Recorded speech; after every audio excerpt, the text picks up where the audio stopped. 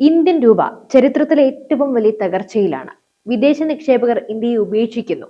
Indian സമ്പദ് വ്യവസ്ഥ വെറും ചീട്ടുകൊട്ടാരം പോലെ തകരാൻ പോകുന്നു. കഴിഞ്ഞ കുറച്ച് ആഴ്ചകളായി നിങ്ങൾ കേൾക്കുന്ന വാർത്തകൾ ഇവയൊക്കെയാണ്. വിദ്വേഷം പ്രചരിപ്പിക്കുന്നവർ തുള്ളിച്ചാടുകയാണ്. അവർ നിങ്ങളെ വിശ്വസിപ്പിക്കാനായി ശ്രമിക്കുന്നത് ഇന്ത്യ നശിക്കാൻ പോകുന്നു എന്നാണ്. ഇതിലെ വിരോധാഭാസം ഇന്ത്യക്കാർ തന്നെയാണ് പലരും ഇങ്ങനെ പറയുന്നത്. പക്ഷെ എപ്പോഴെങ്കിലും നിങ്ങൾ ചിന്തിച്ചിട്ടുണ്ടോ, ലോകത്തിലെ ഏറ്റവും കരുത്തരായ സാമ്പത്തിക വിദഗ്ധർ ഇരിക്കുന്ന RBI എന്തുകൊണ്ടാണ് രൂപയെ താഴേക്ക് പോകാനായി അനുവദിക്കുന്നത്? ഇന്ത്യയുടെ വിദേശ നാണ്യ ശേഖരം $700 ബില്യൺ മുകളിൽ ഉണ്ടായിട്ടും വിപണിയിൽ ഇടപെട്ട് രൂപയെ സംരക്ഷിക്കാൻ അവർ എന്തുകൊണ്ടാണ് മടിക്കുന്നത്? കാരണം ഇത് വെറും ഒരു തകർച്ചയല്ല, ഇതൊരു സ്ട്രാറ്റജിക് റീട്രീറ്റ് അഥവാ തന്ത്രപരമായ പിന്മാറ്റമാണ്. 2025 അവസാനിക്കാറായിരിക്കുന്നു. 2026 വരാനായിരിക്കുന്നു. ലോകം ഇതുവരെ കണ്ടിട്ടില്ലാത്തൊരു സാമ്പത്തിക മഹാപ്രളയത്തിന് സാക്ഷ്യം വഹിക്കാനായി പോവുകയാണ് നമ്മൾ. ആ പ്രളയത്തിൽ ലോകത്തിലെ ഏറ്റവും വലിയ സാമ്രാജ്യം തകർന്നടിയുമ്പോൾ ഇന്ത്യയെ സുരക്ഷിതമായ ഒരു കരയിലേക്ക് മാറ്റാനുള്ള നരേന്ദ്രമോദി സർക്കാരിന്റെയും RBIയുടെയും അതിഭയങ്കരമായ ഒരു നീക്കമാണിത്. ഇന്ന് നമ്മൾ സംസാരിക്കാൻ പോകുന്നത് ഭയത്തെക്കുറിച്ചല്ല, മറിച്ച് ചില വസ്തുതകളെ കുറിച്ചാണ്. എന്താണ് അമേരിക്കയിൽ സംഭവിക്കുന്നത്? എന്തുകൊണ്ടാണ് ഇന്ത്യ ഡോളറിനെ കൈവിടുന്നത്? ഈ വീഡിയോയുടെ അവസാനം വരെ നിങ്ങൾ ഇത് കണ്ടാൽ രൂപയുടെ ഈ മാറ്റം കണ്ട് നിങ്ങൾ പേടിക്കില്ല, മറിച്ച് ഭാരതത്തിന്റെ ദീർഘവീക്ഷണത്തെ ഓർത്ത് അഭിമാനിക്കും.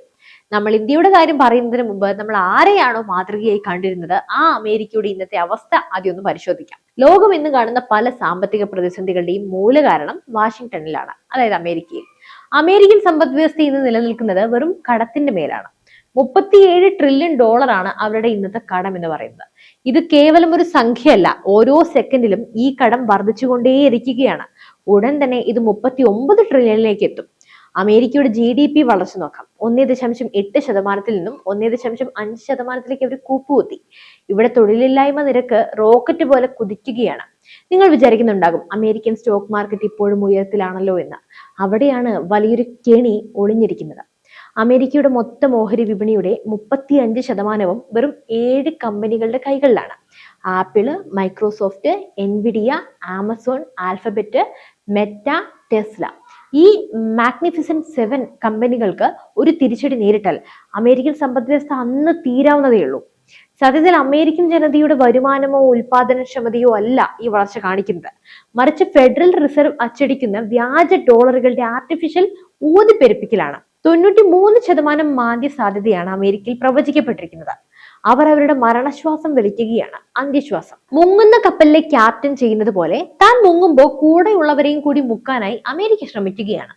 ലോക രാജ്യങ്ങളെല്ലാം ഡോളറിൽ തളച്ചിട്ട് സ്വന്തം തകർച്ചയിൽ നിന്ന് രക്ഷപ്പെടാനാണ് അവരുടെ നീക്കം. പക്ഷേ ഇന്ത്യ അത് തിരിച്ചറിഞ്ഞു കഴിഞ്ഞു. ഇപ്പൊ നമുക്ക് ഇന്ത്യയിലേക്ക് വരാം. എന്തുകൊണ്ടാണ് RBI രൂപയെ ഇടിയാനായി അനുവദിക്കുന്നത്? ഇത് കെടുകാര്യസ്ഥതയാണോ? ഒരിക്കലുമല്ല. നമുക്ക് എങ്ങനെയാണ് രൂപയ്ക്ക് വില കുറയാൻ മാത്രമുള്ള അവസ്ഥ വരുന്നത്? ഒന്ന് ചിന്തിച്ചു നോക്കൂ. മുമ്പ്, അതായത് 2013 കാലഘട്ടത്തിലൊക്കെ രൂപ ഇടിയുമ്പോൾ നമുക്ക് പേടിയായിരുന്നു. കാരണം അന്ന് നമ്മുടെ ഫോറക്സ് റിസർവ് ഒക്കെ കുറവാണ്. എന്നാൽ ഇന്നതല്ല അവസ്ഥ. ഇന്ത്യ ഇന്ന് ചെയ്യുന്നത് വഴക്കം അഥവാ ഫ്ലെക്സിബിലിറ്റി പരീക്ഷിക്കുകയാണ്. ഡോളർ അതിന്റെ അന്ത്യത്തിലേക്ക് നീങ്ങുമ്പോൾ രൂപയെ ഡോളറുമായി കെട്ടിയിടുന്നത് ആത്മഹത്യാപരമാണെന്ന് ഇന്ത്യ തിരിച്ചറിഞ്ഞു കഴിഞ്ഞു. RBI ചെയ്യുന്നത് ഇതാണ്. ഞാൻ വിശദമാക്കാം, ശ്രദ്ധിച്ചു കേട്ടോളൂ. Liquidity management.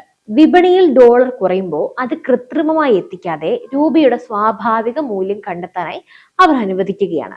ഇത് നമ്മുടെ കയറ്റുമതി വർദ്ധിപ്പിക്കാനായി സഹായിക്കും. അടുത്തത് 2, സ്വർണ്ണ ശേഖരണം. കഴിഞ്ഞ കുറച്ച് വർഷങ്ങളായി ഇന്ത്യ വാങ്ങിക്കൂട്ടുന്ന സ്വർണത്തിന്റെ അളവ് ശ്രദ്ധിച്ചിട്ടുണ്ടോ നിങ്ങൾ ആരെങ്കിലും? 800 ടണ്ണിലധികം സ്വർണ്ണമാണ് ഇന്ത്യയുടെ പക്കലുള്ളത്. ലോകമഹായുദ്ധം വരാനിരിക്കുന്നത് പോലെയാണ് റഷ്യയും ചൈനയും ഇന്ത്യയും ഒക്കെ സ്വർണം ശേഖരിക്കുന്നത്. കാരണം കടലാസ് പണമായി ഡോളർ തകരുമ്പോൾ ലോകത്ത് വിലയുണ്ടാവുക സ്വർണത്തിന് മാത്രമായിരിക്കും. പിന്നെ ഇനി അടുത്തതിലേക്ക് വരാം. ഹ്രസ്വകാല നിക്ഷേപകരെ ഫിൽട്ടർ ചെയ്യുക. ഇന്ത്യയിലെ ലാഭം മാത്രം നോക്കി വരുന്ന വിദേശ നിക്ഷേപകർ അഥവാ FPI പണം പിൻവലിക്കുമ്പോൾ ഇന്ത്യ അവരെ തടയുന്നില്ല. പകരം ദീർഘകാല നിക്ഷേപകർക്ക് FDI ഉള്ളവർക്ക് പ്രാധാന്യം നൽകുകയാണ്. ഇന്ത്യയുടെ വളർച്ചയിൽ വിശ്വസിക്കുന്നവർ മാത്രം ഇവിടെ നിന്നാൽ മതി എന്ന ശക്തമായ സന്ദേശമാണിത്. ഇന്ത്യൻ രൂപ ഇടിയുന്നതിന്റെ പ്രധാനപ്പെട്ട കാരണം നമ്മൾ എണ്ണ ഇറക്കുമതി ചെയ്യാൻ ഡോളർ ഉപയോഗിക്കുന്നു എന്നതാണ്. എന്നാൽ ഈ ആശ്രിതത്വം അവസാനിപ്പിക്കാൻ മോദി സർക്കാർ നടത്തുന്ന നീക്കങ്ങൾ ലോകത്തെ അത്ഭുതപ്പെടുത്തുന്നതാണ്. ഇന്ന് ഇന്ത്യ പല രാജ്യങ്ങളുമായും രൂപയിൽ വ്യാപാരം നടത്താനായി കരാർ ഒപ്പിട്ട് കഴിഞ്ഞു. ഇതിനെക്കുറിച്ച് നമ്മൾ പലതവണ സംസാരിച്ചിട്ടുണ്ട്. റഷ്യയിൽ നിന്നും UAEയിൽ നിന്നും നമ്മൾ എണ്ണ വാങ്ങുന്നത് രൂപ നൽകിക്കൊണ്ടാണ്. ഇത് വലിയൊരു മാറ്റമാണ്. പെട്രോ ഡോളർ എന്ന അമേരിക്കൻ ആയുധത്തിന്റെ മുന ഒടിക്കുകയാണ് ഇന്ത്യ ഇതിലൂടെ ചെയ്യുന്നത്. മാത്രമല്ല green hydrogen, methanol, solar energy എന്നിവയിൽ ഇന്ത്യ നടത്തുന്ന നിക്ഷേപം ശ്രദ്ധിക്കണം. അടുത്ത 5 മുതൽ അല്ലെങ്കിൽ 10 വർഷത്തിനുള്ളിൽ ഊർജത്തിന് വേണ്ടി നമ്മൾ വിദേശ രാജ്യങ്ങളെ ആശ്രയിക്കുന്നത് പകുതിയായിട്ട് കുറയും. നമ്മുടെ പണം നമ്മുടെ രാജ്യത്ത് തന്നെ നിൽക്കും. ഈ ഒരു ലക്ഷ്യത്തിലേക്കാണ് നമ്മുടെ സർക്കാർ നീങ്ങുന്നത്. ഇതിനെയാണ് വികസനം എന്ന പേരിട്ട് വിളിക്കുന്നത്. അറിയാത്തവർ ശ്രദ്ധിച്ചു കേട്ടോളൂ. വികസനം എന്തെന്ന് പലർക്കും അറിയില്ല. കെട്ടിടം പൊക്കലല്ല. അല്ലാതെ കുറച്ച് ദിവസത്തെ രൂപയുടെ മൂല്യം നോക്കി വിലപിക്കുന്നതിനെയല്ല നമ്മൾ പറയുന്നത്. ഇന്ത്യ വ്യാജ കണക്കുകളാണ് നൽകുന്നത് എന്ന് പറയുന്നവർക്കുള്ള മറുപടി നമ്മുടെ ചുറ്റുമുള്ള വികസനമാണ്. GDPയുടെ വളർച്ചയൊന്ന് നോക്കണം. ലോകത്തെ പ്രമുഖ രാജ്യങ്ങളെല്ലാം മാന്ദ്യത്തിൽ നിൽക്കുമ്പോൾ ഇന്ത്യ 7 മുതൽ 8% വളർച്ച കൈവരിക്കുന്നു. ഇനി ഫോറക്സ് റിസർവിലേക്ക് വരാം. $700 ബില്യൺ എന്നത് ഒരു ചെറിയ സംഖ്യയല്ല. ഏതൊരു സാമ്പത്തിക ആഘാതത്തെയും നേരിടാൻ ഇന്ത്യ ഇത് സജ്ജമാണ്. ഇനി ഇൻഫ്രാസ്ട്രക്ചറിലേക്ക് വരുമ്പോൾ നിങ്ങൾ ഹൈവേകളിലൂടെ യാത്ര ചെയ്യണം. കേരളത്തിലെ ഇട്ടാവട്ടത്തുള്ള കാര്യമല്ല പറയുന്നത്. വന്ദേ ഭാരത് ട്രെയിനുകൾ നോക്കാം. ഡിജിറ്റൽ ഇന്ത്യയുടെ വിപ്ലവം നോക്കാം. ലോകത്തെ ഏറ്റവും വലിയ ഡിജിറ്റൽ പേയ്മെന്റ് സിസ്റ്റം നമ്മുടെ UPI ഇന്ന് ഇന്ത്യയുടേതാണ്. ഗൂഗിളും ആമസോണും പോലും ഇന്ത്യൻ മോഡിൽ പഠിക്കാൻ വരികയാണ്. പിന്നെ PPP, പർച്ചേസിംഗ് പവർ പാരിറ്റി പ്രകാരം ഇന്ത്യ ഇന്ന് ലോകത്തിലെ 3ാമത്തെ വലിയ സമ്പദ് വ്യവസ്ഥയാണ്. ചൈനയ്ക്കും അമേരിക്കയ്ക്കും തൊട്ടു പിന്നിൽ. ഈ വളർച്ച കണ്ട് കണ്ണ് കടിക്കുന്നവരാണ് ഇന്ത്യ തകരുന്നു എന്ന നറേറ്റീവ് സൃഷ്ടിക്കുന്നത്. അവർക്ക് ഇന്ത്യ ഒരു ആഗോള ശക്തിയാകുന്നത് സഹിക്കാനാവില്ല. വിദേശ മാധ്യമങ്ങളും അവരുടെ ഇന്ത്യൻ ഏജന്റുകളും ചേർന്ന് നടത്തുന്ന ഈ പ്രചരണങ്ങളെ നമ്മൾ തിരിച്ചറിയണം. പ്രതിസന്ധികൾ വരുമ്പോൾ തളരുന്നവരല്ല ഭാരതീയർ, പ്രത്യേകിച്ചും ഇന്നത്തെ നേതൃത്വം. നരേന്ദ്രമോദി എന്ന നേതാവ് അഗ്നിപരീക്ഷകളിലൂടെ കടന്നു വന്നയാളാണ്. ഗുജറാത്ത് ഭൂകമ്പത്തിന് ശേഷം ആ സംസ്ഥാനത്തെ കെട്ടിപ്പടുത്തത് മുതൽ കോവിഡ് കാലത്ത് ലോകം പകച്ചു നിന്നപ്പോൾ ഇന്ത്യയും ലോകത്തെയും ഒരുപോലെ സഹായിച്ചതുവരെ നമ്മൾ കണ്ടതാണ്. അമേരിക്കൻ സാമ്രാജ്യം ആടി ഉലയുമ്പോൾ ആ കപ്പലിൽ നിന്നും നമ്മൾ നമ്മുടെ ചങ്ങലകൾ അഴിച്ചു മാറ്റുകയാണ്. അത് ചെയ്യുമ്പോൾ ചെറിയ ആഘാതങ്ങളൊക്കെ ഉണ്ടാകും. ഇല്ലാതെ എവിടെ പോകാൻ? ഒരു വലിയ ശസ്ത്രക്രിയ നടത്തുമ്പോൾ വേദന ഉണ്ടാകുന്നത് സ്വാഭാവികമല്ലേ? പക്ഷെ അത് ശരീരത്തിന്റെ നന്മയ്ക്ക് വേണ്ടിയാണെന്ന് തിരിച്ചറിയണം. രൂപയുടെ ഇന്നത്തെ വഴക്കം നാളത്തെ ഇന്ത്യയുടെ കരുത്തായി മാറും. അമേരിക്ക മുങ്ങുമ്പോൾ ഇന്ത്യ പിടിച്ചു നിൽക്കും. കാരണം നമ്മൾ വെറും കടലാസ് പണത്തിലല്ല വിശ്വസിക്കുന്നത്, മറിച്ച് 140 കോടി ജനങ്ങളുടെ അധ്വാനത്തിലും ഉൽപാദനക്ഷമതയിലുമാണ്. അതെ, നമ്മുടെ നരേന്ദ്രൻ തീയിൽ കുരുത്തവനാണ്. വെയിലിൽ വാടില്ല എന്ന് പറയുന്നത് വെറുതെയല്ല. ഈ പ്രതിസന്ധിയെയും ഇന്ത്യ ഒരു അവസരമാക്കി മാറ്റും. രൂപയുടെ മൂല്യം കുറയുന്നത് കണ്ട് പരിഭ്രാന്തരാകേണ്ടതില്ല. ഇത് ലോകക്രമം മാറുന്നതിന്റെ സൂചനയാണ്. പഴയ ശക്തികൾ തകരുകയും പുതിയ ശക്തികൾ ഉയരുകയും ചെയ്യുന്ന ഒരു പരിവർത്തന കാലഘട്ടത്തിലൂടെയാണ് നമ്മൾ എല്ലാവരും കടന്നു പോകുന്നത്. ഇന്ത്യ നശിച്ചു എന്ന് പറയുന്നവരോട് എനിക്ക് ഒന്നേ പറയാനുള്ളൂ, നിങ്ങൾ വായിക്കുന്നത് പഴയ സ്ക്രിപ്റ്റുകളാണ്. ഒന്ന് മാറ്റി എഴുതൂ. പുതിയ ഇന്ത്യ ചരിത്രം എഴുതുകയാണ്. 2026 ആകുമ്പോഴേക്കും ലോകം ഭാരതത്തിന്റെ ഈ നീക്കങ്ങളെല്ലാം കൈയടിച്ച് അംഗീകരിക്കും. അന്ന് ഡോളർ വെറും കടലാസായി മാറുമ്പോൾ ഇന്ത്യയുടെ രൂപ ലോകത്തിന് വഴികാട്ടും.